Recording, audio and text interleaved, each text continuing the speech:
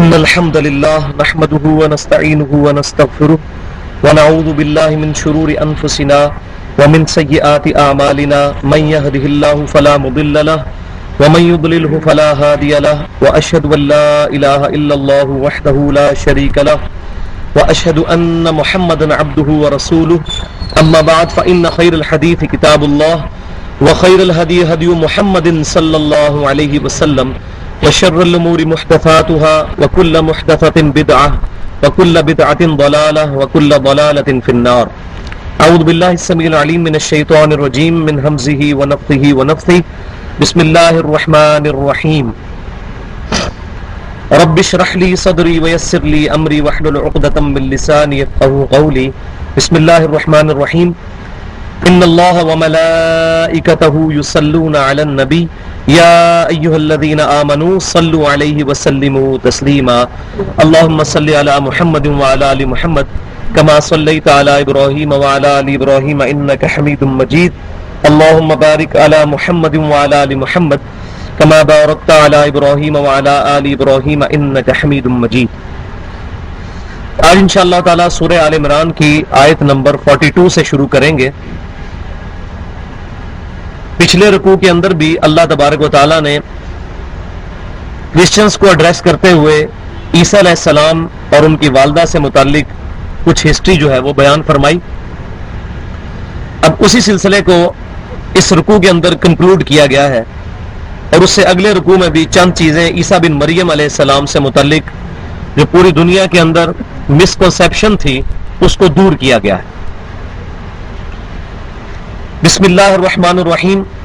وَإِذْ قَالَتِ الْمَلَائِكَةُ يَا مَرْيَمُ، اور وہ وقت یاد کرو جب فرشتوں نے کہا تھا سیدہ مریم سے سلام اللہ علیہا کہ اے مریم ان اللہ اصطفاکی وطہرکی واصطفاکی علی نساء العالمین، بے شک اللہ تعالیٰ نے تمہیں چن لیا ہے اور تمہیں پاک کر دیا ہے اور چن لیا ہے تمام جہان والوں کی عورتوں پر.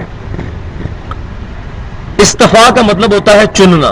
امام کائنات سید الاولین والآخرین شفیع المذنبین رحمت للعالمین سیدنا و مولانا امام اعظم محمد رسول اللہ صلی اللہ علیہ وسلم کا بھی ایک مبارک نام ہے مصطفیٰ، یعنی چنا گیا. تو یہ وہی لفظ ہے کہ اے مریم بے شک اللہ نے تمہیں چن لیا ہے اور پاک کر دیا ہے اور چنا ہے علی نساء العالمین، تمام جہان والوں کی عورتوں پر. بہت بڑی فضیلت عطا فرمائی کہ ایک پیغمبر کی والدہ ہونے کا شرف اللہ تعالیٰ نے ان کو بخشا. اور اس کے بدلے میں کیا کرو؟ یا مریم اقنتی، اے مریم اپنے رب کے حضور قیام کرو، اپنے رب کی عبادت کرو، لربی کی، اپنے رب کی، وسجدی اور سجدہ کرو، ورکعی اور رکوع کرو، مع الراکعین رکوع کرنے والوں کے ساتھ. اب یہ سارے وہ مونس کے سیغے استعمال ہو رہے ہیں، اس لیے تھوڑا سا آکورڈ لگ رہا ہے پڑھنے میں بھی. ان اللہ اصطفاکی وطہرکی، یہ سارے جو ہیں وہ مونس سے ریلیٹڈ سیغے ہیں. تو اے مریم اپنے رب کی عبادت کرو، اس کے لیے سجدہ کرو اور رکوع کرو، رکوع کرنے والوں کے ساتھ. ذالک من انباء الغیب، یہ ہیں غیب کی خبریں. نوحیہ الیک، جو اے محبوب صلی اللہ علیہ وسلم ہم آپ کی طرف وحی کرتے ہیں. وما کنت لدیہم اذ یلقون اقلامہم، اور آپ وہاں موجود نہیں تھے جبکہ وہ لوگ اپنی کلمے ڈال رہے تھے. ایہم یکفل مریم، کہ کون ان میں سے سیدہ مریم کی کفالت کرتا ہے. اب اس ایک آیت کے اندر ایک واقعے کی طرف اشارہ ہے جس کی ڈیٹیل ہمیں انجیل کے اندر ملتی ہے، اور وہ یہ کہ سیدہ مریم سلام اللہ علیہا کو میں نے پچھلی دفعہ بتایا تھا کہ ان کے خالو سیدنا زکریا علیہ السلام کی کفالت میں دیا گیا، اور اس وقت چیف پریسٹ کی حیثیت سے سب سے بڑے مجاور کی حیثیت سے سیدنا زکریا علیہ السلام ٹیمپل آف سلیمان ہیکل سلیمانی میں بیٹھتے تھے. لیکن یہ مجاور سے مراد آج کل کے مجاور نہ سمجھیے گا، وہ اللہ کی درگاہ کے مجاور تھے اور وہاں دعوت و تبلیغ کا کام کیا کرتے تھے. اللہ تبارک و تعالیٰ نے ان کو وہاں پر یہ ڈیوٹی سونپی تھی. اور جو بنی اسرائیل کے رہنے والے لوگ تھے وہ وقتاً فوقتاً اپنے بچوں کو عبادت کے لیے اس ٹیمپل آف سلیمان ہیکل سلیمانی میں چھوڑ جایا کرتے تھے تاکہ وہ فل ٹائم اللہ تعالیٰ کی عبادت میں یہاں وقت گزارے اور وہاں وہ ایک استاد کی شاگردگی میں وقت گزار کر ایک کامل شخصیت بن کے ابھرے. اور ظاہر ہے استاد کون؟ سیدنا زکریا علیہ السلام. انبیاء اکرام وہاں استاد کی حیثیت سے بیٹھتے تھے. سیدنا زکریا کے بعد پھر آپ کے بیٹے سیدنا یحییٰ علیہ السلام بیٹھے. تو جب سیدہ مریم کی کفالت کا وقت آیا تو جو ادھر مزید اور بھی پریسٹ موجود تھے انہوں نے بھی اس خواہش کا اظہار کیا کہ ہم سیدہ مریم کو اپنی کفالت میں لیں گے. یہ چھوٹی سی بچی تھی، ان تمام نے کہا کہ ہم ان کی تربیت کریں گے. تو اب جب اختلاف پیدا ہوا تو اللہ تبارک و تعالیٰ نے سیدنا زکریا علیہ السلام کو وحی کے ذریعے یہ بات ارشاد فرمائی. آپ لوگ بہت کھلے کھلے بیٹھے، آگے قریب آ جائیں کیونکہ پیچھے آنے والوں کے لیے پھر جگہ نہیں بچ رہی. اور قریب ہو، ادھر سے قریب ہو.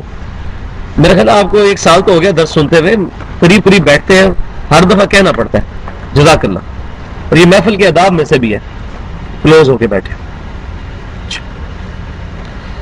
تو یہ طے پایا سیدنا زکریا علیہ السلام کو اللہ تعالیٰ نے وحی کے ذریعے یہ بات ارشاد فرمائی کہ اپنی اپنی کلمے ڈالو. اور کلمے کیسے ڈالنے تھی؟ وہاں سے ایک ندی بہتی تھی، اس ندی کے اندر اپنی قلم جو ہے پین اس کو ڈالنا تھا. جس کی قلم جو ہے وہ ندی کے بہاؤ کے اپوزٹ چلنی شروع ہو جائے، مخالفت میں. ویسے تو آپ کبھی بھی کوئی قلم ڈالیں گے، آپ قلم سے مراد آج کل کا پین یا بال پین نہ سمجھے، یہ جو ہم تختیوں کے ساتھ بچپن میں ہم نے تو وہ وقت دیکھا ہے کہ لکھا کرتے تھے، کانے جو ہوتے تھے، اس کو ہم پنجابی میں کانے کہتے ہیں، وہ بالکل ہلکے سے ہوتے ہیں، وہ پانی میں تیرنے لگ پڑتے ہیں. تو تمام لوگوں نے اپنے اپنے قلم جو ہے وہ ندی میں ڈالے. اب ہونا تو یہ چاہیے کہ ندی کے بہاؤ کے ساتھ وہ بہنا شروع کر دیں جس طرف ندی جا رہی ہے، لیکن یہ طے پایا کہ جس کی قلم ندی کے اپوزٹ بہنا شروع ہوگی، یعنی ندی ایسے بہ رہی ہے تو قلم دوسری طرف چلنا شروع ہو جائے، تو ظاہر ہے یہ بہت بڑا معجزہ ہی ہو سکتا ہے. فزیکل لاز آف نیچر تو اس کو سپورٹ نہیں کرتے. پانی جس طرف جاتا ہے اسی طرف چیزوں کو بہا کے لے کے جاتا ہے. تو یہ فزیکل لاز کا ٹوٹنا ہی تو معجزہ ہوتا ہے اللہ تعالیٰ کی طرف سے. اب پانی جو ہے پانی، اس میں اگر کوئی بندہ چلے تو ڈوب جائے گا بغیر کشتی کے، لیکن موسیٰ علیہ السلام کے لیے اللہ تعالیٰ نے آسا مارنے کی برکت سے پانی میں راستہ بنا دیا. تو یہ فزیکل لا آف نیچر جو تھا، جو قدرت کا قانون تھا، وہ ٹوٹ گیا. قدرت کے قانون کا ٹوٹنا ہی اللہ کی طرف سے معجزہ، عقل کو عاجز کر دینے والی چیز. اسی طریقے سے موسیٰ علیہ السلام کے ہاتھ میں جو ڈنڈا تھا وہ آپ اس کو پھینکتے تھے، وہ عصا جو ہے وہ سانپ بن جاتا تھا.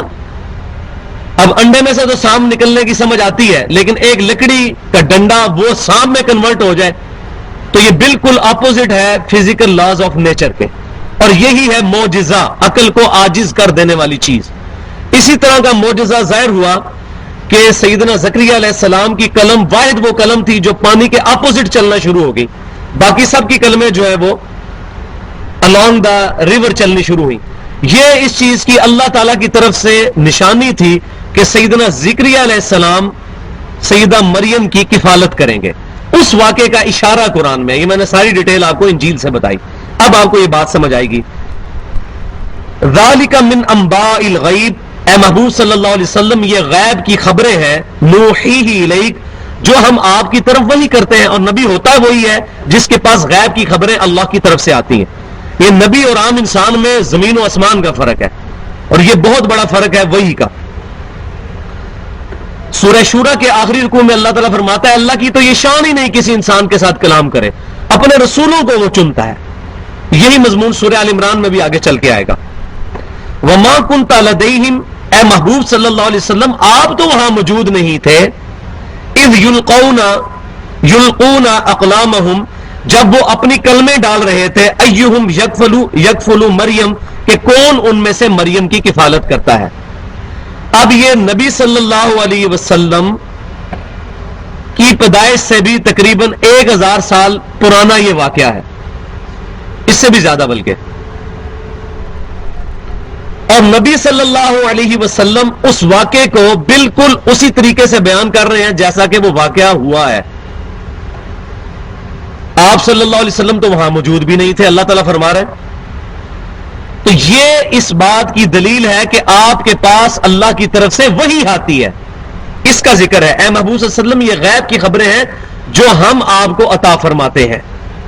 تو نبی صلی اللہ علیہ وسلم کا اپنی پیدائش سے 1000 سال پرانے واقعے کو بیان کر دینا بغیر اس کے کہ آپ صلی اللہ علیہ وسلم کوئی زبان لکھنا پڑھنا نہیں جانتے تھے، یہ آپ کا معجزہ تھا. آپ صلی اللہ علیہ وسلم شاعری بھی نہیں جانتے تھے، یہ بھی آپ کا معجزہ تھا. اس کا ذکر قرآن میں موجود ہے. سورہ عنکبوت میں پارہ نمبر 21 کے پہلے صفحے پہ یہ آیت موجود ہے کہ اے محبوب صلی اللہ علیہ وسلم. یہ میں آیت پڑھ بھی دیتا ہوں، پارہ نمبر 21 نکال لیں، یہ بہت امپورٹنٹ ٹاپک ہے. پارہ نمبر 21 میں پہلا صفحہ جو ہے اس میں آیت نمبر ہے 48. مل گیا سب کو؟ اتل ما اوحی الیک من الکتاب، یہ پارہ نمبر 21 ہے. جس کو مل گیا صفحہ نمبر بتا دے. 403 نکال لیں جی سارے. اس میں آیت نمبر ہے 48، 48 نمبر آیت. وما کنت تتلو من قبلہ من کتاب. مل گئی ہے جی؟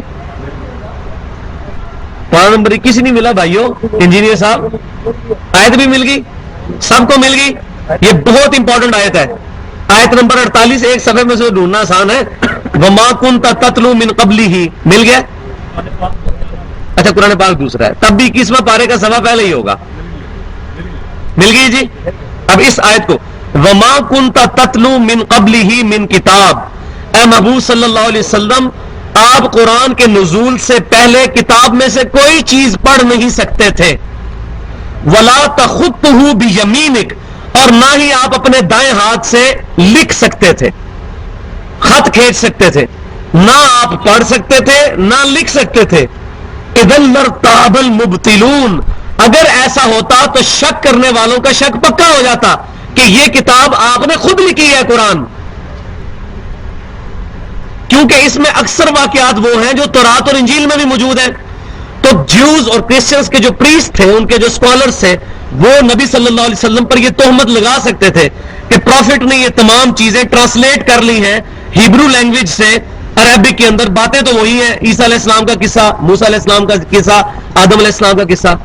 تو یہ پروفٹ کے اوپر بہت بڑی ایلیگیشن لگ جاتی ہے کہ پروفٹ نے خود یہ کتاب لکھی ہے. اللہ تعالیٰ نے اس ایلیگیشن کو دور کر دیا کہ آپ صلی اللہ علیہ وسلم نہ تو کچھ پڑھ سکتے تھے اور نہ اپنے دائیں ہاتھ سے لکھ سکتے تھے. جو بندہ نہ پڑھ سکتا ہو نہ لکھ سکتا ہو وہ کیسے اتنی موٹی کتاب پروڈیوس کر سکتا ہے؟ اور سورہ یونس میں یہ جا کے مضمون مزید کھلے گا جس میں اللہ تعالیٰ فرماتا ہے محبوب صلی اللہ علیہ وسلم تم فرماؤ میں اتنے سال تمہارے اندر رہا ہوں، 40 سال میں نے اپنی زندگی گزاری ہے، کبھی تم نے دیکھا کہ میرے منہ سے اس قسم کی پہلے کلمات کبھی نکلے ہوں؟ میری زندگی تمہارے سامنے، نہ میں نے کسی شاعر کی صحبت کی، نہ میں نے کسی لکھنے والے اسکالر سے کوئی تعلیم حاصل کی، میرے پاس تو کچھ بھی ایسی چیز نہیں تھی. میں ایک بڑی ڈائنامک لائف گزار رہا تھا، ایک تاجر تھا. اچانک جو ہے میری زندگی کے 40ویں سال میں دل دنیا سے اچاٹ ہونا شروع ہوا. آپ صلی اللہ علیہ وسلم غار ہرا میں چلے گئے، وہاں عبادت کرنی شروع کی اور وہاں فرشتہ نازل ہوا اور پھر ایک ریولوشن کا سلسلہ شروع ہو گیا. یہ نبی صلی اللہ علیہ وسلم کا معجزہ کہ آپ صلی اللہ علیہ وسلم نہ پڑھ سکتے تھے نہ لکھ سکتے تھے، تو اللہ تبارک و تعالیٰ نے خود آپ صلی اللہ علیہ وسلم کو یہ کتاب سکھائی. الرحمن علم القرآن، رحمان نے یہ قرآن سکھایا ہے نبی صلی اللہ علیہ وسلم کو. آپ کا استاد اللہ ہے. تو نبی صلی اللہ علیہ وسلم کی نبوت کی دلیل بتائی جا رہی ہے. واپس آ جائیں وہاں پر کہ اے محبوب صلی اللہ علیہ وسلم آپ وہاں موجود بھی نہیں تھے، اس کے باوجود آپ 1000 سال پرانی خبریں بالکل ٹینیس ڈیٹیل تک صحیح بتا رہے ہیں. یہ اس بات کا ثبوت ہے کہ آپ کے پاس اللہ کی طرف سے وحی آئی ہے. وحی کے بغیر کسی شخص کے لیے کیسے ممکن ہے کہ اپنے سے 1000 سال پرانے واقعے کو، جبکہ وہ لکھنا پڑھنا بھی نہ جانتا ہو اور اس وقت تو ویڈیوز بھی نہیں تھی، نہ یہ چیزیں سٹور تھی، وہ صحیح بتا دے؟ یہ آپ صلی اللہ علیہ وسلم کا معجزہ تھا. وما كنت لديهم اذ يختصمون، اور نہ آپ وہاں پر موجود تھے جب وہ آپس میں جھگڑ رہے تھے. جب وہ آپس میں جھگڑ رہے تھے نہ آپ اس وقت وہاں موجود تھے، نہ کلمے ڈالتے وقت موجود تھے.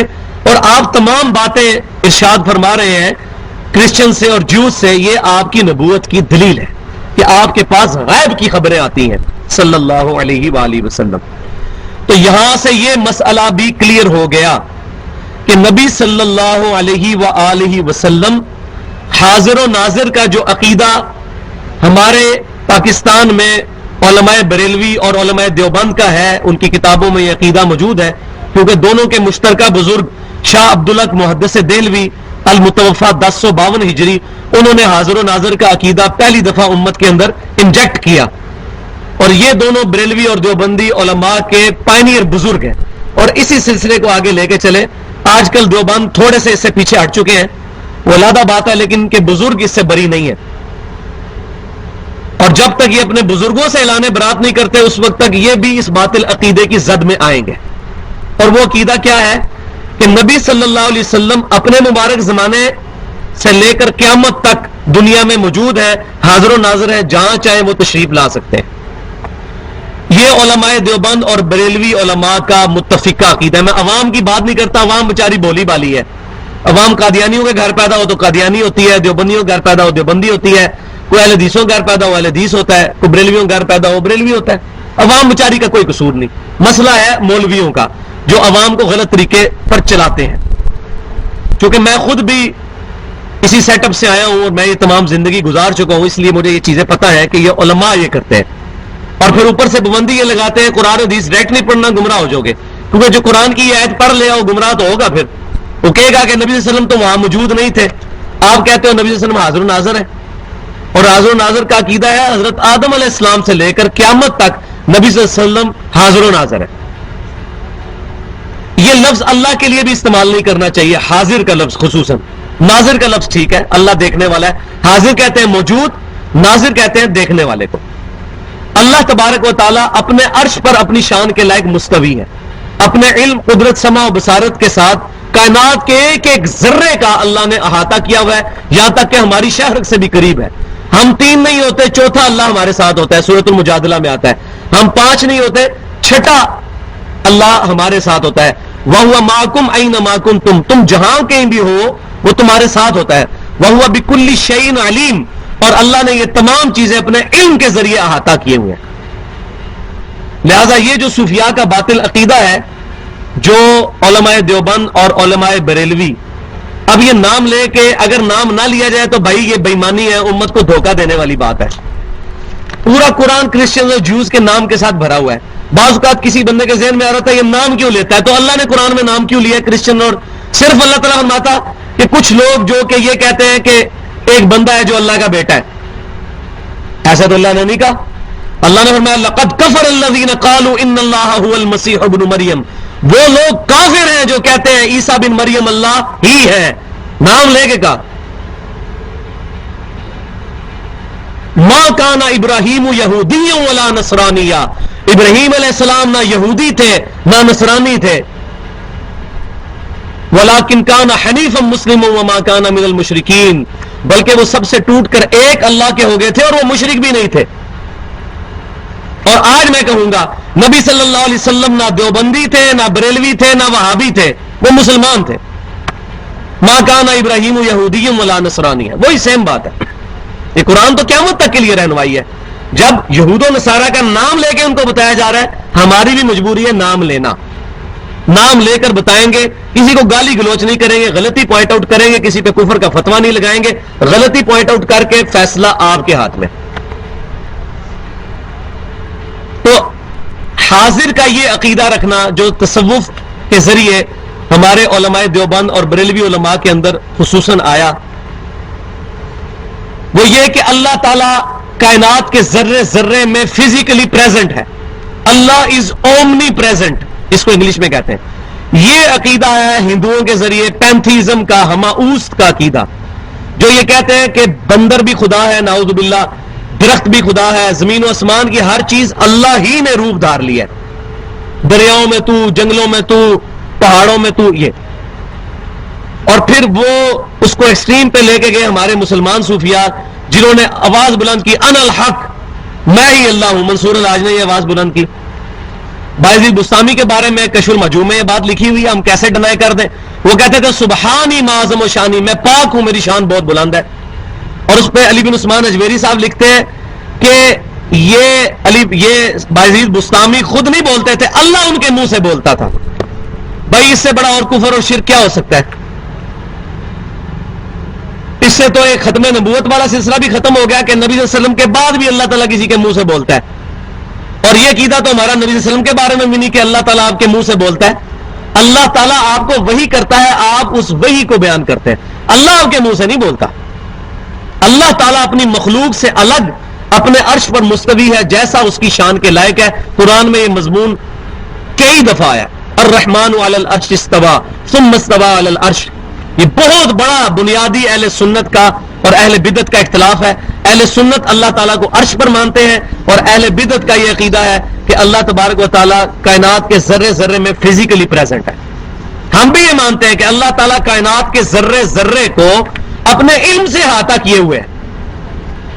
زمین کی تاریکیوں میں گہرائیوں میں بھی چلنے والے کیڑے کو بھی اللہ تعالیٰ دیکھ رہا ہے، لیکن اپنے عرش پہ مستوی ہو کے.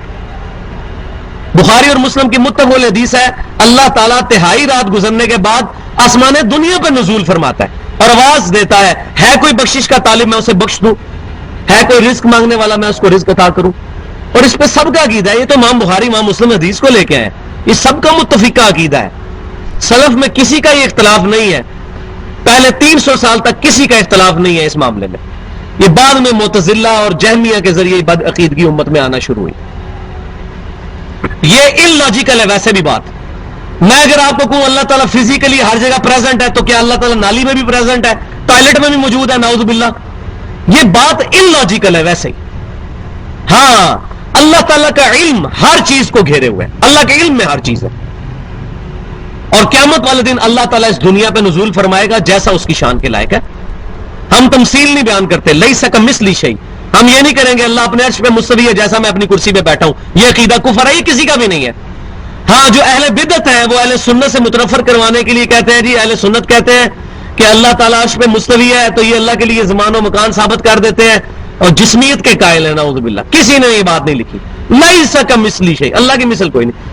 اللہ عرش پہ مستوی ہے اپنی شان کے لائق. امام مالک رحمۃ اللہ علیہ کا قول بہت پیارا ہے، پوری امت کا اجماع ہوا ہے اس قول کے اوپر کہ اللہ کا عرش پر ہونا معلوم ہے، کیفیت مجہول ہے، یہ نہیں پتا کس طرح ہے.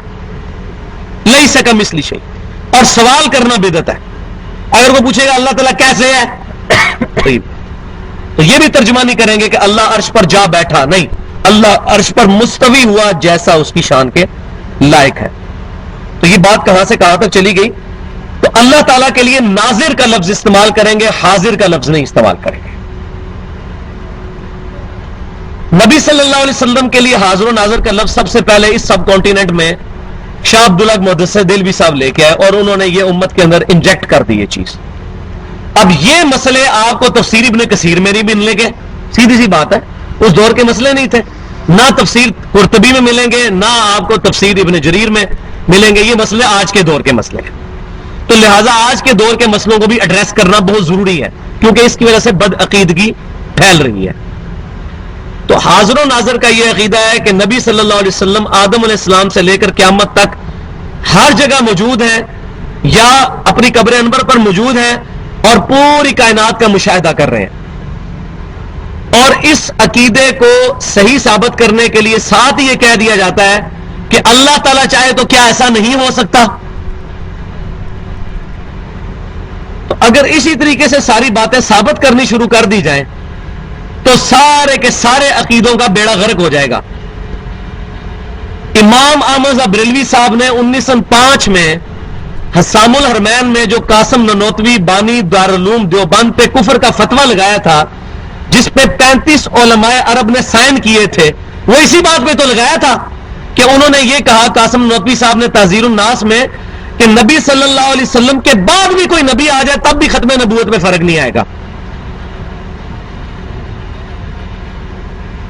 بالفرض یہ اسی طرح ہی ہے، بالفرض اللہ کے ساتھ کوئی اور خدا بھی ہو تب بھی توحید میں فرق نہیں آئے گا. یہ کلمہ کہنا صحیح ہے؟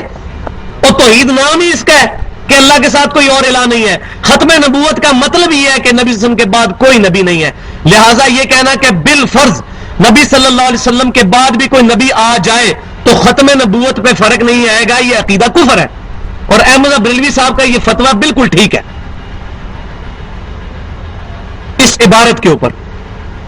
قاسم نوتوی صاحب نے مرنے سے پہلے توبہ کر لی تو الگ بات ہے، ہم کسی بندے کو کافر نہیں کہتے، عبارت پہ فتویٰ لگاتے ہیں. تو بھائی یہ کہنا اللہ تعالیٰ چاہے تو نبی صلی اللہ علیہ وسلم کی قبر میں ہے، پوری دنیا کے کائنات کے ذرے ذرے کو اللہ تعالیٰ چاہے تو دکھا دے.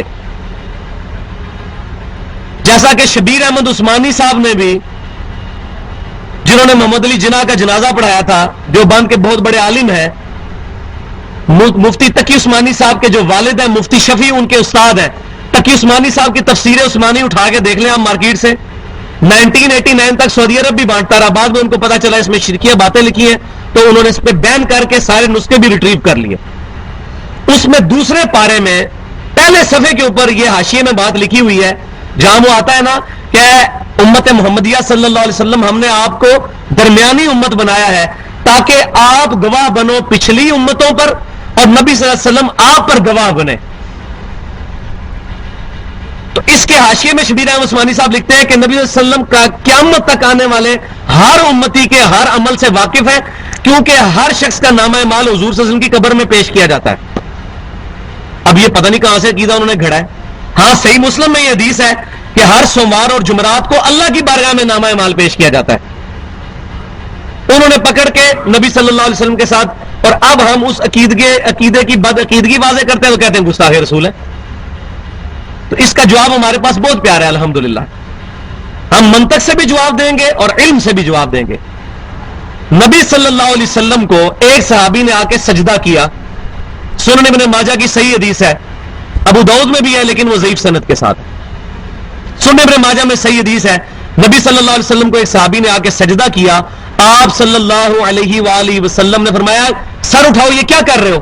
انہوں نے کہا یا رسول اللہ علیہ وسلم میں کوفے میں گیا، وہ نجدیوں کا شہر کوفیوں کا، اور وہاں میں نے ہیرا نامی ایک جگہ پہ دیکھا کہ لوگ اپنے سردار کو سجدہ کرتے ہیں، تو میں نے یہ بہتر سمجھا کہ میں آپ صلی اللہ علیہ وسلم کو بھی سجدہ کروں. تو آپ صلی اللہ علیہ وسلم کو چاہیے تھا اجازت دے دیتے، کیونکہ محبت میں سجدہ کر رہے تھے نا. انہوں نے بڑا صحیح انہوں نے اجتہاد کیا اور قیاس کیا. یہ قیاس ہے. انہوں نے کہا وہ اپنے حکمران کو کرتے ہیں، قیاس کرنا بالکل ٹھیک ہے لیکن قیاس قرآن سنت اجماع کے خلاف نہیں ہونا چاہیے. اب اس صحابی کا بھی قیاس غلط ہو گیا. انہوں نے قیاس یہ کیا کہ وہ اپنے حکمران کو سجدہ کرتے ہیں، آپ تو اللہ کے نبی، ہم آپ کو سجدہ کریں گے.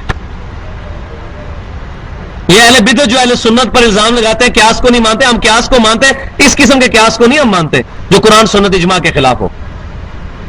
پہلی چیز قرآن، پھر سنت، پھر اجماع اور پھر اجتہاد. نبی صلی اللہ علیہ وسلم نے فرمایا اپنا سر اٹھاؤ، میں جب فوت ہو جاؤں گا تم میری قبر سے گزرو گے، کیا میری قبر پہ بھی سجدہ کرو گے؟ انہوں نے کہا نہیں یا رسول اللہ صلی اللہ علیہ وسلم. تو فرمایا کہ پھر مجھے کیوں سجدہ کر رہے ہو؟ آپ صلی اللہ علیہ وسلم نے اس کو اپنی گستاخی بیان کیا، فرمایا اٹھاؤ سر. آپ نے نہیں فرمایا عشق دے چلے نمبر لے کے عقل وارے انجے ہی عمرہ گالیاں، یہ نہیں فرمایا آپ نے. کیونکہ آپ صلی اللہ علیہ وسلم کو پتا تھا جو چیز اللہ کے ساتھ خاص ہے وہ نبی صلی اللہ علیہ وسلم کے ساتھ منسوب کرنا رسول اللہ کی شان میں گستاخی ہے. رسول اللہ صلی اللہ علیہ وسلم کے بارے میں ایسا عقیدہ رکھنا جو اللہ اور اس کے رسول نے تعلیم نہیں فرمایا گستاخی ہے. تمام 2.25 ارب 1.75 بلین کرسچنز حضرت عیسیٰ کو اللہ کا بیٹا کہتے ہیں، ہم مانتے ہیں، لیکن کرسچن کہتے ہیں تم گستاخ ہو حضرت عیسیٰ کے، ان کو اللہ کا بیٹا کیوں نہیں مانتے؟ ان کی اتنی شان ہے. ہم قرآن کی آیت پڑھ دیتے ہیں کہ اللہ تعالیٰ فرماتا ہے اللہ اس چیز کا ارادہ کرے، سورہ مائدہ آیت نمبر 17، کہ ہلاک کر دے عیسیٰ بن مریم کو، اس کی ماں کو، سب لوگوں کو ہلاک کر دے. اللہ کو کون پوچھ سکتا ہے؟ یہ اللہ تمہارا رب ہے، تم عیسیٰ کو پوچھ رہے ہو. کتنی سخت آیت.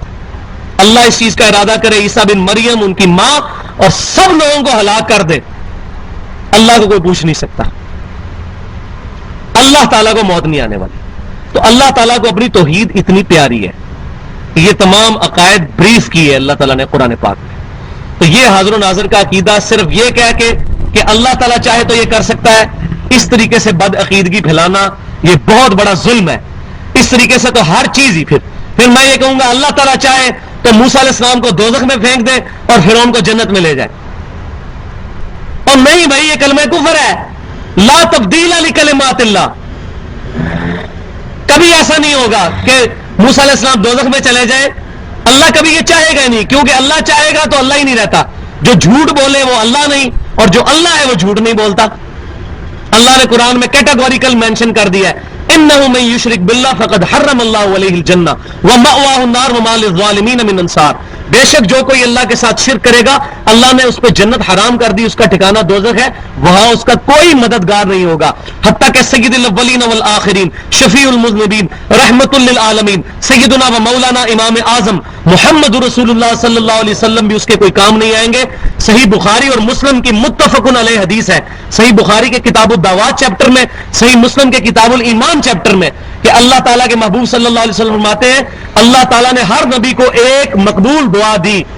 وہ ہر نبی نے اسی دنیا میں اپنی دعا کر لی، اور میں نے اپنی دعا اپنی امت کے لیے چھپا کے رکھ لی ہے. میں اس دعا کے ذریعے اپنی امت کی شفاعت کروں گا، اور میری شفاعت سے میرے ہر امتی کو نفع پہنچے گا سوائے اس شخص کے جس نے اللہ کے ساتھ کسی قسم کا شرک کیا ہوا. مشرک کو تو نبی صلی اللہ علیہ وسلم کی بھی مدد نہیں ہے.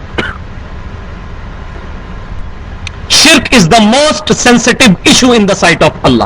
اللہ کے حضور سب سے حساس معاملہ شرک کا ہے. لیکن ہوتا کیا ہے، جب اپنے بزرگوں کی باری آتی ہے تو پھر ڈیفینڈ کرنا شروع کر دیتے ہیں. نہیں جی نہیں، یہ تو اللہ تعالیٰ چاہے تو قاسم نوتوی صاحب قبر سے مرنے کے 6 سال کے بعد زندہ ہو کے دارالعلوم دیوبند میں آ کے عصر کی نماز نہیں پڑھا سکتے. آپ منکر ہیں؟ یہ جواب دیتے ہیں آگے سے. اور اللہ تعالیٰ فرما رہا ہے سورہ انبیاء کے آخری حصے میں کہ حرام ہے کسی شخص کے لیے جو مر جائے کہ وہ دنیا میں واپس آئے. اور اشری تھانوی صاحب لکھ رہے ہیں کہ قاسم نوتوی صاحب مرنے کے 6 سال کے بعد اپنی قبر سے نکلے جسم کے سمیت، اور دارالعلوم دیوبند میں آ کے 2 مولویوں کی صلح کرا کے واپس قبر میں چلے گئے. ارواح ثلاثہ میں لکھا ہوا ہے. اب جب یہ بات کر آپ نہیں مانتے کہ اللہ تعالیٰ چاہے تو یہ ہو سکتا ہے، اور بھائی اللہ تعالیٰ پہ اتنا بڑا جھوٹ باندھا، شرم کرو. اللہ تعالیٰ قرآن کے خلاف کرے گا؟ یہی بات کوئی مسکین بریلوی کر دے تو فوراً شرک کا فتویٰ. اور اپنے بزرگ اتنے بڑے بڑے شرک لکھ کے گیا جی، او جی اتنے بڑے بزرگ ہیں، یہ کل کا چھوکرا غلطیاں نکالتا ہے. بھائی ہم کون ہوتے ہیں غلطی نکالنے والے؟ ہم قرآن اور سنت پیش کر رہے ہیں کہ یہ نبی صلی اللہ علیہ وسلم فرما رہے ہیں اور یہ تمہارے بزرگ کہہ رہے ہیں، آپ فیصلہ کر لو. کسی کو کرٹیسائز کرنا مقصد نہیں بھائیو، اپنی آخرت کی فکر کرو. میں آپ کے کام نہیں آ سکتا، قاسم نوتوی صاحب آپ کے کام نہیں آ سکتے، اشرف علی تھانوی صاحب آپ کے کام نہیں آ سکتے، امام ابن تیمیہ آپ کے کام نہیں آ سکتے، محمد بن عبد الوہاب صاحب آپ کے کام نہیں آ سکتے. کام آنا ہے اللہ نے اور اس کے رسول نے صلی اللہ علیہ وسلم. اور وہ صورت میں جب ہمارے عقیدے قرآن اور سنت والے ہوں گے، مولوی والے عقیدے نہیں. الا ماشاء اللہ. تو مولوی سے پوچھیں کہ تیرے اس بات کی دلیل کیا ہے، تو اس طریقے سے اللہ تعالیٰ چاہے تو یہ ہو جائے. یہ ایسا نہیں کہنا چاہیے. یہ تو ہوگا اللہ تعالیٰ چاہے تو بیوی رکھ لے، اللہ تعالیٰ چاہے تو 4 شادیاں کر لے، اللہ تعالیٰ چاہے تو 100 بچے رکھ لے. تو پھر اللہ تعالیٰ چاہے جو کچھ کرتا جائے، ستیہ ناش کر دیں قرآن حدیث کی تعلیمات کا. نہیں، اس کو فقہ کی لینگویج میں کہتے ہیں محال. فقہ سے مراد میں فقہ نہیں کہہ رہا جو یہ چاہے، فقہ کہتے ہیں سمجھ بوجھ کو. سمجھ یہ ہے، محال ہے یہ چیز کہ اللہ تعالیٰ اپنا بیٹا نہیں اڈاپٹ کرے گا. اللہ کے لیے محال ہے یہ چیز. اللہ تعالیٰ مشرک کو جنت میں نہیں بھیجے گا، یہ محال ہے. لا تبدیل لکلمات اللہ. نبی صلی اللہ علیہ وسلم کے بعد کوئی نبی نہیں آئے گا، محال ہے یہ. عیسیٰ بن مریم آئیں گے نبی کی حیثیت سے نہیں، امتی کی حیثیت سے، اور بخاری مسلم میں موجود ہے. لہٰذا یہ میں بات کہاں سے کہاں نکل گئی، صرف حاضر و ناظر کو. تو اب جب یہ بات کرتے ہیں تو احمد بریلوی صاحب نے بھی انا ارسلنا کا شاہدا و مبشرا و نذیرا کا ترجمہ جہاں کیا وہاں کیا ہے. نبی صلی اللہ علیہ وسلم ہم نے آپ کو حاضر و ناظر بنا کے بھیجا ہے. لیکن یہی لفظ جب امت کے لیے آیا، شاہد کا لفظ، شہید کا لفظ، تو امت کے لیے بھی پھر ترجمہ کرنا پڑ جانا تھا. یہ پارہ نمبر 2 نکالیں، اس کا پہلا صفحہ، پیچھے چلے جائیں. میں حاضر و ناظر کا آج مسئلہ آپ کو کلیئر کر دوں، کیونکہ یہ اسی جگہ پہ ہی کلیئر ہونا ہے، اسی آیت کے اوپر. پارہ نمبر 2 کا پہلا صفحہ نکال لیجئے. قرآن اپنی حفاظت کرتا ہے، اس لیے میں کہتا ہوں کسی کا بھی ترجمہ پڑھ لیں. اگر کسی نے ایک جگہ ڈنڈی ماری ہے دوسری جگہ ڈنڈی نہیں مار سکے گا. مل گیا جی؟ یہ دوسری آیت ہے وَكَذَلِكَ جَعَلْنَاكُمْ، مل گئی آیت وَكَذَلِكَ جَعَلْنَاكُمْ، اور اسی طریقے سے اے امت محمدیہ صلی اللہ علیہ وسلم ہم نے تمہیں بنایا ہے امتم وسطا، معتدل امت، لِتَكُونُوا شُهَدَاءَ عَلَى النَّاسِ، تاکہ تم لوگوں پر گواہ بن جاؤ، وَيَكُونَ الرَّسُولُ عَلَيْكُمْ شَهِيدًا، اور رسول اللہ صلی اللہ علیہ وسلم تم پر گواہ بن جائے۔ اب یہاں ترجمہ احمد بریلوی صاحب نے یہی کیا ہے، گواہ، کیونکہ یہاں حاضر و ناظر اگر اس لفظ کا ترجمہ کرتے تو ترجمہ یہ بنتا کہ اے امت محمدیہ صلی اللہ علیہ وسلم تم ساری انسانیت پر حاضر و ناظر اور رسول اللہ تم پر حاضر و ناظر۔ تو یہ ترجمہ کیسے کر سکتے تھے؟ تو قرآن نے اپنی یہی آیت آئے گی سورہ حج کے آخری رکوع میں، وہاں بھی احمد بریلوی صاحب نے حاضر و ناظر ترجمہ نہیں کیا، پوری امت کو حاضر و ناظر ماننا پڑنا تھا، تو قرآن نے اپنی حفاظت کی۔ لیکن شبیر احمد عثمانی صاحب نے، جو مولوی تقی عثمانی صاحب کے والد مفتی شفیع صاحب کے استاد ہیں، علماء دیوبند کے بہت بڑے بزرگ ہیں، پاکستان جب بنا اس وقت محمد علی جناح کا جنازہ بھی انہوں نے پڑھایا، انہوں نے اسی آیت کی تفسیر میں لکھ دیا ہے کہ رسول اللہ حاضر و ناظر ہے اس لیے کہ نبی صلی اللہ علیہ وسلم کی قبر میں ہر امتی کا نامہ اعمال کا رجسٹر پیش کیا جاتا ہے، آپ صلی اللہ علیہ وسلم ہر امتی کو جانتے ہیں کہ وہ کیا کام کر رہا ہے۔ اب یہ کہیں بھی بات موجود نہیں تھی، اپنی طرف سے لکھ دی، تفسیر بالرائے کی، حالانکہ حدیث صحیح مسلم کی ہے کہ اللہ کی بارگاہ میں سوموار اور جمعرات کو نامہ اعمال پیش ہوتا ہے، انہوں نے پکڑ کے نبی صلی اللہ علیہ وسلم پہ لگا دی۔ اب ہم چیختے ہیں تو کہتے ہیں گستاخ رسول، تو ہم کہتے ہیں گستاخ رسول تو وہ جس نے رسول اللہ پر جھوٹی حدیثیں منسوب کر دی۔ بتاؤ یہ کہاں حدیث میں لکھی ہوئی ہے بات؟ حدیث میں جو لکھی آپ کو بتا دی، تو یہ بہت بڑا ظلم کیا گیا ہے۔ تو یہ لیکن قرآن اپنی حفاظت کرتا ہے۔ احمد بریلوی صاحب نے بھی یہاں ترجمہ بالکل ٹھیک کیا، الحمدللہ۔ اچھا یہاں ایک بات کرتے ہیں کہ جی ایک لکھا ہوا ہے اس میں وما كنت لديهم اذ يختصمون، اے محبوب صلی اللہ علیہ وسلم آپ وہاں موجود نہیں تھے جب وہ جھگڑ رہے تھے۔ تو لوگ کہتے ہیں کہ جی آپ صلی اللہ علیہ وسلم وہاں موجود نہیں تھے لیکن آپ صلی اللہ علیہ وسلم دیکھ رہے تھے۔ حاضر و ناظر کا یہ نہیں ہے کہ وہ نبی صلی اللہ علیہ وسلم وہاں موجود بھی ہوں، کہیں اور ہوں گے لیکن وہاں سے دیکھ رہے تھے، جیسے ابھی قبر انور میں پوری دنیا کو دیکھ رہے ہیں۔ پھر مسئلہ واقعی جھگڑا تو پھر پیدا ہو گیا، واقعی یہاں یہ لکھا ہوا ہے کہ وہاں موجود نہیں تھے، وہ کہتے ہیں ہم کب کہتے ہیں نبی صلی اللہ علیہ وسلم وہاں موجود تھے؟ تو اس کا حل بھی قرآن پاک میں الحمدللہ موجود ہے، سورہ قصص کی آیت نمبر 44 میں، پارہ نمبر 20، سورہ قصص نکال لیں، آیت نمبر 44۔ آج میں ابھی ایک دو آیات سے آگے نہیں جا سکا کیونکہ یہ مسئلے کلیئر کرنا ضروری ہے، ورنہ تو بیر بکریوں کی طرح مولوی ہمیں آنکھ کے دوزخ کی طرف لے کے جاتے رہیں گے اگر یہ مسئلے ہم نے نہ کلیئر کیے۔ پارہ نمبر 20 سورہ القصص آیت نمبر 391 صفحہ جی، آیت نمبر 44 مل گئی جی۔ وما كنت بجانب الغربی مل گئے 392 مل گئی جی، مل گئی آیت 44 نمبر آیت سورہ قصص پارہ نمبر 20 392 صفحہ مل گئی جی۔ وما كنت بجانب الغربی، اے محبوب صلی اللہ علیہ وسلم آپ وہاں موجود نہیں تھے مغربی سمت میں، اذ قضینا الی موسیٰ، جب موسیٰ علیہ السلام کو اللہ تبارک و تعالی نے رسالت کا حکم بھیجا، آپ وہاں موجود نہیں تھے۔ یہ بھی آپ کی نبوت کی دلیل کہ آپ سے تقریباً 1800 سال پہلے موسیٰ علیہ السلام گزرے ہیں اور آپ وہاں موجود نہیں تھے، اور آپ صلی اللہ علیہ وسلم نہ اپنے دائیں ہاتھ سے لکھ سکتے ہیں نہ کوئی چیز پڑھ سکتے ہیں، یہ آپ کا معجزہ ہے۔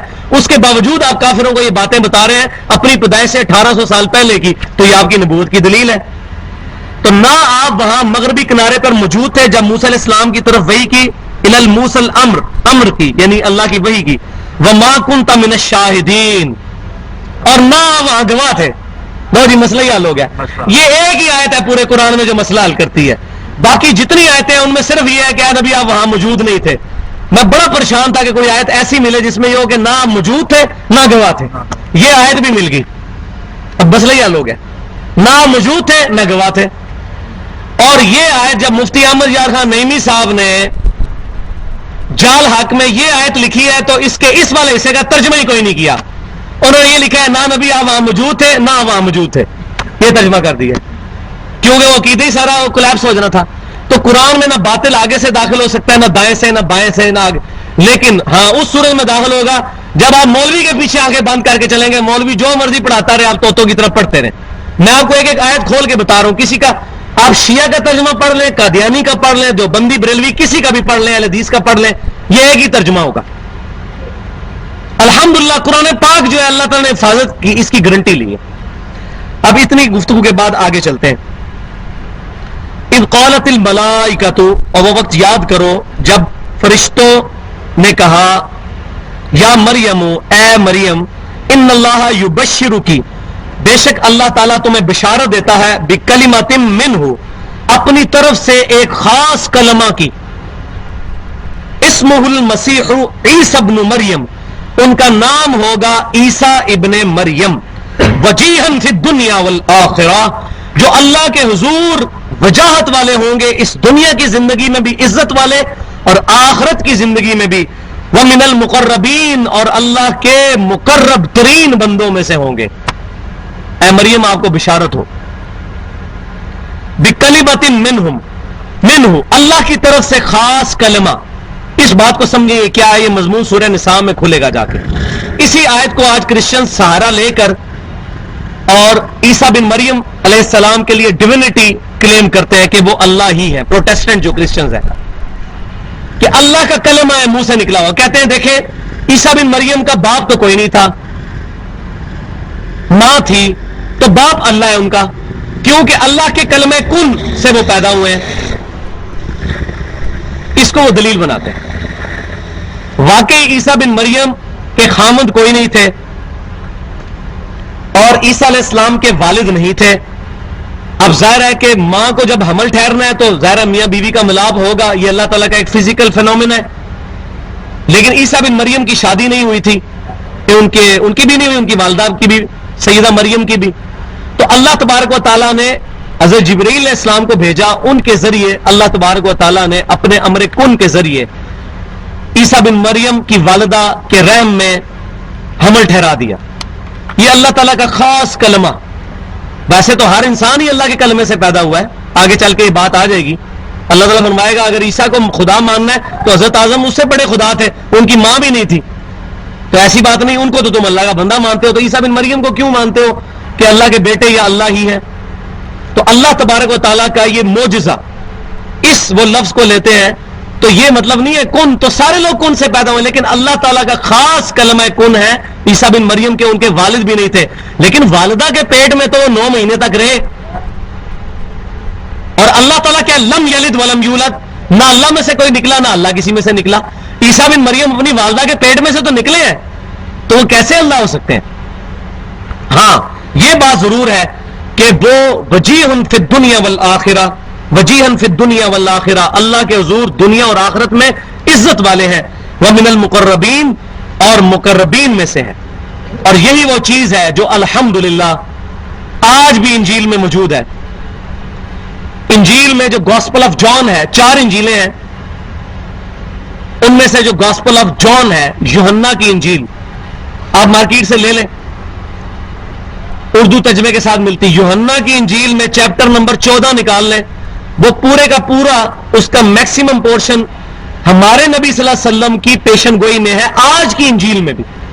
اور اس میں یہ آیت موجود ہے کہ عیسیٰ بن مریم کہتے ہیں کہ اے میرے امتیوں، میرا دنیا سے جانا تمہارے لیے رحمت ہے. میں جب دنیا سے جاؤں گا تو وہ ہستی دنیا میں آئیں گی، پھر وہ قیامت تک ایز اے نبی تمہارے ساتھ رہیں گی. ان کے بعد پھر کوئی نبی نہیں آئے گا، قیامت تک کے لیے ان کی نبوت ہوگی. وہ دنیا میں میرا نام روشن کریں گے، اور وہ اپنی خواہش نفس سے کچھ نہیں کہیں گے، وہ وہی کہیں گے جو اللہ ان کو وہی کرے گا. یہ قرآن میں بھی ہے، وما ينطق عن الهوى ان هو الا وحی یوحی. تو عیسیٰ بن مریم نے کہا کہ میرا دنیا میں نام روشن کریں گے. کون؟ نبی صلی اللہ علیہ وسلم. اور الحمدللہ سوائے نبی صلی اللہ علیہ وسلم کے اور آپ کے ماننے والوں کے پوری دنیا میں کوئی بھی حضرت عیسیٰ علیہ السلام کی عزت نہیں کرتا. یہ ہمیں ہی شرف حاصل ہے.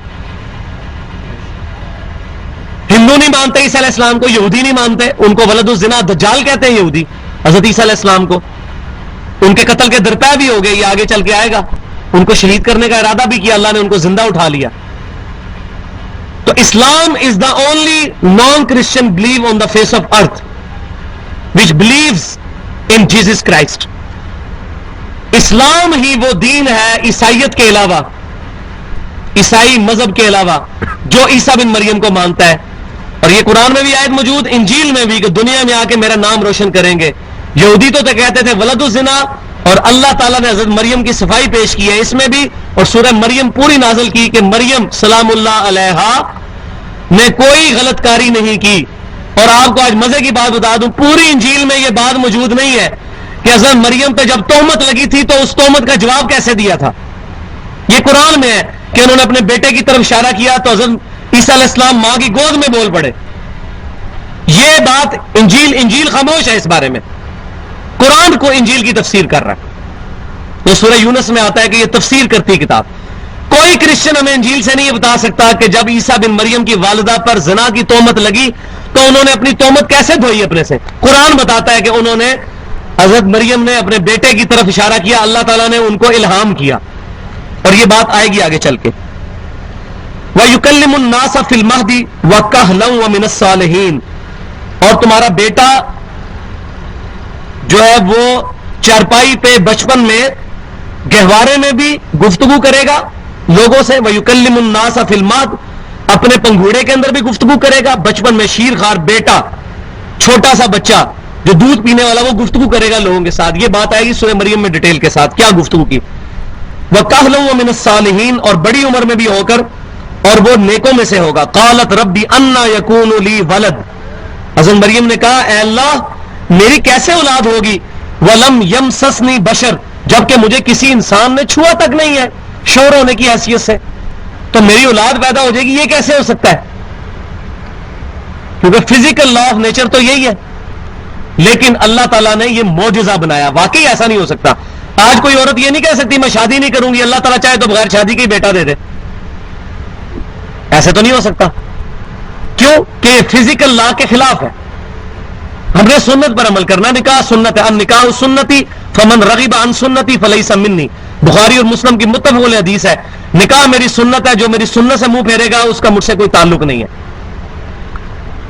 تو جب انہوں نے کہا کہ اے اللہ میری کیسے اولاد ہوگی جبکہ مجھے کسی بشر نے چھوا تک نہیں. قال کذالک اللہ یخلق ما یشاء, تو اللہ تعالیٰ نے فرمایا اللہ تعالیٰ جو چاہتا ہے جیسے چاہتا ہے پیدا فرما دیتا ہے. اب یہ گفتگو کیسے ہو رہی ہے؟ یہ دل کے ساتھ گفتگو ہو رہی ہے, زبان کے ساتھ نہیں.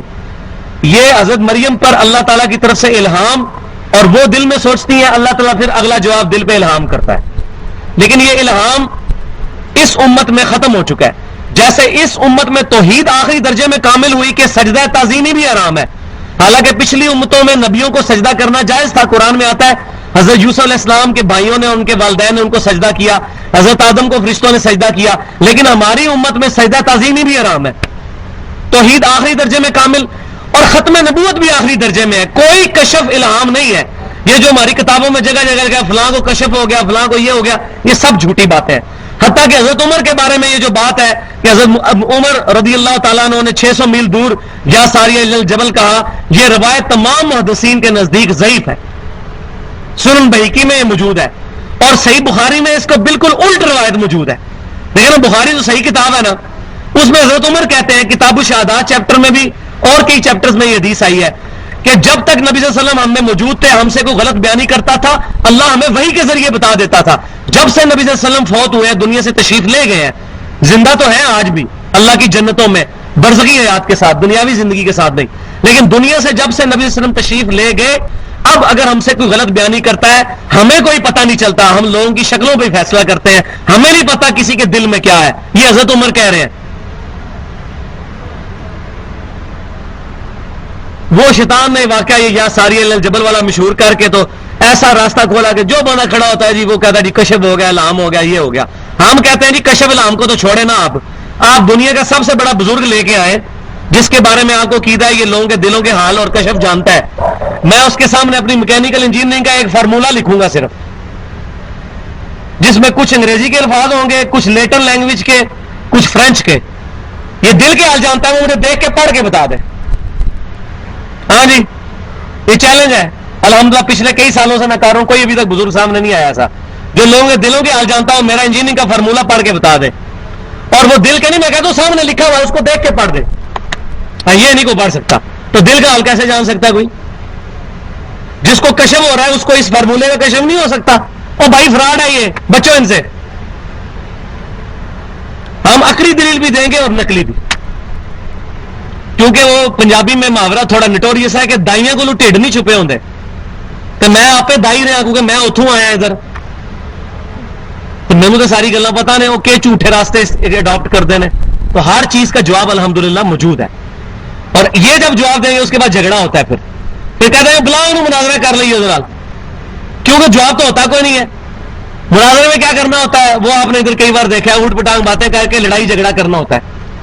تو لکھ کے بات کریں، یہ سب سے احسن طریقہ ہوتا ہے گفتگو کرنے کا. تو اللہ تعالیٰ فرمایا اللہ تعالیٰ جو چاہتا ہے پیدا فرماتا ہے. 10 منٹ ہی رہ گئے صرف، اس کو کنکلوڈ کرتے ہیں.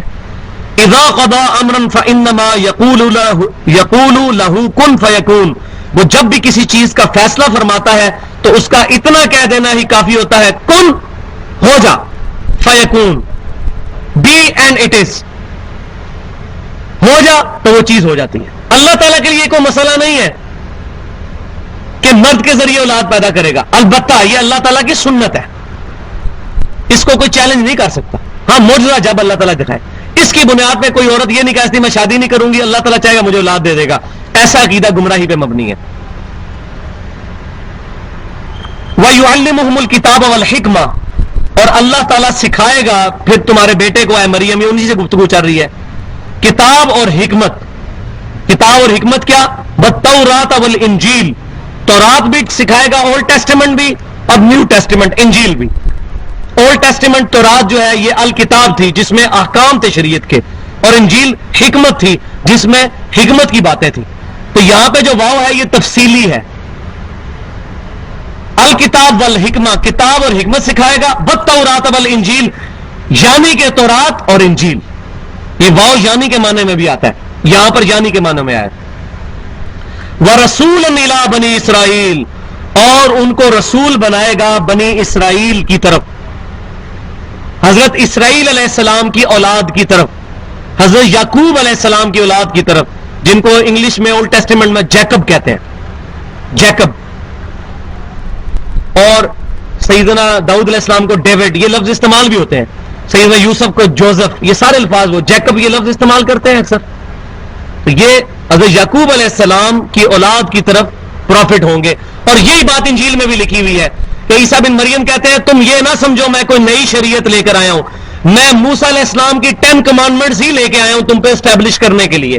وہ 10 کمانڈمنٹس الحمدللہ سورہ بنی اسرائیل میں آیت نمبر 23 سے لے کے 38 تک موجود ہے، 39 تک 17 آیات میں وہ 10 کمانڈمنٹس ہم نے چھاپ بھی دی ہیں، آپ درس کے بعد لے بھی لیجئے گا.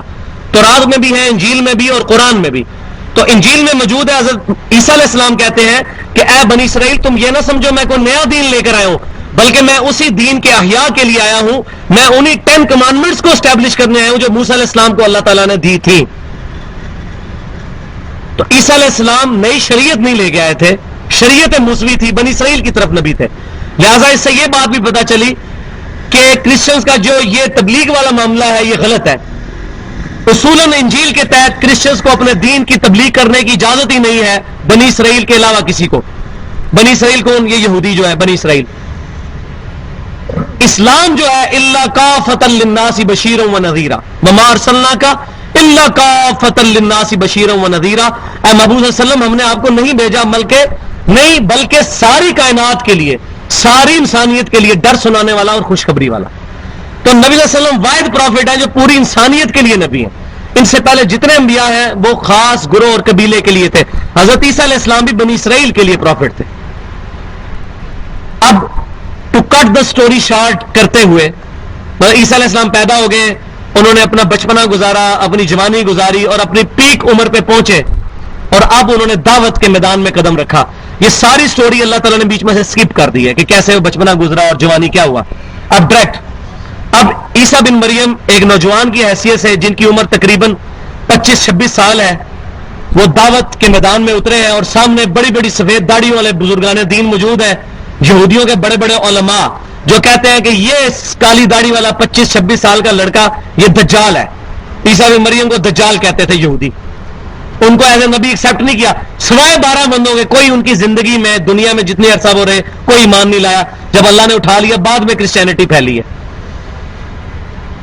تو 25-26 سال کی عمر میں دعوت کا کام شروع کیا، اب وہ بنی اسرائیل سے کیا کہہ رہے ہیں؟ انی قد جئتکم بآیۃ من ربکم، اے بنی اسرائیل، یہ وہ لیکچرز دیا کرتے تھے گلیلی نہر جھیل کے کنارے، جہاں پر زیتون کے بہت زیادہ درخت موجود تھے، وہاں دھوبی کپڑے دھونے کے لیے آتے تھے، ہواری عربی میں کہتے ہیں دھوبی کو۔ تو حضرت عیسیٰ علیہ السلام ہواریوں کے پاس جا کر ان کو خطبات دیا کرتے تھے، اور انہی میں سے 12 دھوبیوں کو بات سمجھ آ گئی۔ اب دیکھ لیں، یا میں یہ کہتا ہوں جب ہم دعوت توحید پیش کرتے ہیں، بڑے بڑے مولوی اپنی باتوں کی، اپنے بزرگوں کی تعویلات کرتے ہیں، لیکن ان پڑھ آدمی کو بات سمجھ آ جاتی بعض اوقات، کیونکہ اس کا رزلٹ فکس نہیں ہوتا۔ تو وہ 12 دھوبی، ان کو بات سمجھ آ گئی، وہ آگے چل کے آئے گا۔ تو انہوں نے دعوت کی اور خطبہ کیا دیا کہ اے بنی اسرائیل، بے شک میں تمہارے پاس لے کے آیا ہوں تمہارے رب کی طرف سے نشانی، انی اخلق لکم من الطین کہیۃ الطیر، بے شک میں ایک مٹی میں سے مورت بناتا ہوں پرندے کی شکل کی، فانفخ فیہ، اور اس میں پھونکتا ہوں، فیکون طیرا باذن اللہ، تو وہ اللہ کے حکم سے پرندہ بن کے اڑ جاتی ہے۔ کتنا بڑا معجزہ! عیسیٰ بن مریم تھوڑی سی مٹی لے کے اس کی شکل بنائی، پھونک ماری تو پرندہ بن کے اڑ جاتا تھا، اتنا بڑا معجزہ۔ لیکن ساتھ ہے باذن اللہ، اللہ کے اذن کے ساتھ۔ لیکن اس اذن کے ساتھ شیخ عبد القادر جیلانی کا اذن نہیں ثابت ہو جائے گا کہ وہ مردے زندہ کرنے لگ پڑے۔ یہ حضرت عیسیٰ علیہ السلام کے بارے میں ہی ہے۔ تو یہ بڑی احتیاط کرنی چاہیے، قرآن سے آیتیں پیش کر کے تو بزرگوں میں ٹوکنا شروع کر دیتے ہیں۔ او بھائیو، بزرگ کیا سارے کے سارے بزرگ اکٹھے ہو کے ایک صحابی کی گردے راہ کو نہیں پہنچ سکتے، اور سارے صحابہ اکٹھے ہو کے ایک نبی کی گردے راہ کو نہیں پہنچ سکتے، اور پکڑ کے عیسیٰ علیہ السلام کے موضوع اپنے بزرگوں پہ لگائے ہوتے ہیں۔ جی اللہ تعالیٰ چاہے تو کروا دے، ایسے نہیں ہوتا بھائیو۔ نبی اور ولی میں بڑا فرق ہے زمین آسمان کا۔ وَأُبْرِئُ الْأَكْمَحَ وَالْأَبْرَصَ وَأُحْيِي الْمَوْتَى بِإِذْنِ اللَّهِ، اور میں مادر ذات کوڑی اور اندھے کو شفا دے دیتا ہوں اور مردے کو زندہ کر دیتا ہوں اللہ کے اذن سے۔ وَأُنَبِّئُكُم بِمَا تَأْكُلُونَ وَمَا تَدَّخِرُونَ فِي بُيُوتِكُمْ، اور میں تمہیں بتا دیتا ہوں جو کچھ تم کھا کر آتے ہو گھر سے، اور جو گھر میں سٹور کر کے آتے ہو، میں تمہیں بتا دیتا ہوں۔ کیسے؟ اللہ تعالیٰ کی طرف سے غیبی خبر ان کے پاس آتی تھی، وہی آتی تھی۔ ان فی ذلک لآیۃ لکم ان کنتم مؤمنین، بے شک اس میں ہے نشانیاں، اگر تم واقعی یقین رکھنے والے ہو، ایمان لانے والے ہو، تو اس کے اندر نشانیاں موجود ہیں۔ ومصدقا لما بین یدی من التوراۃ، اور میں تصدیق کرنے والا ہوں جو مجھ سے پہلے تورات کتاب آ چکی ہے اس کی بھی تصدیق میں کرتا ہوں۔ ایسا نہیں ہے کہ میں اگر انجیل لے کے آؤں تو میں کہتا ہوں پچھلے سارے نبی فراڈ تھے، نعوذ باللہ، ایسا بھی نہیں ہے۔ میں تو تمہاری یہودیوں تمہاری کتاب کی تصدیق کر رہا ہوں۔ وَلِأُحِلَّ لَكُمْ بَعْضَ الَّذِي حُرِّمَ عَلَيْكُمْ، اور میں ان چیزوں کو بھی حلال کرنے آیا ہوں جو تم پر حرام کر دی گئی تمہاری شرارتوں کی وجہ سے، یا خود تم نے اپنے اوپر حرام کر لی تھی۔ وَجِئْتُكُمْ بِآیَةٍ مِّن رَبِّكُمْ، اور میں بہت بڑی نشانی تمہارے رب کے پاس سے تمہارے پاس لے کے آیا ہوں۔ فَاتَّقُوا اللَّهَ وَأَطِیعُونِ، تو اللہ سے ڈرو اور میرا حکم مانو۔ ان اللہ ربی و ربکم، بے شک اللہ تعالیٰ میرا بھی رب ہے اور تمہارا بھی رب ہے۔ فاعبدوہ، اسی کی عبادت کرو۔ ھذا صراط مستقیم، یہی سیدھا راستہ ہے۔ اب یہ دعوت عیسیٰ علیہ السلام نے جب پیش کی تو ظاہر ہے جب توحید کی بات پیش ہوگی تو کیا ہوگا؟ دماغ خراب ہو جائے گا اگلے بندے کا، کون قبول کرے گا؟ اتنے بڑے بڑے علماء یہود بیٹھے ہوئے کہنے لگے یہ کالی داڑھی والا کل کا چھوکرا آ کے ہمیں سمجھا رہا ہے، اس کا تو باپ نہیں ہے، حرامی ہے، نعوذ باللہ، یہ الفاظ کہا کرتے تھے یہودی۔ اور یہ بزرگ پرستی اتنی بری چیز ہے کہ نبی سامنے آ گیا ہے لیکن بزرگ نہیں چھوڑے جا رہے، کیونکہ ان کی داڑھیاں سفید ہیں۔ اتنے بڑے بڑے بزرگ پاگل ہیں۔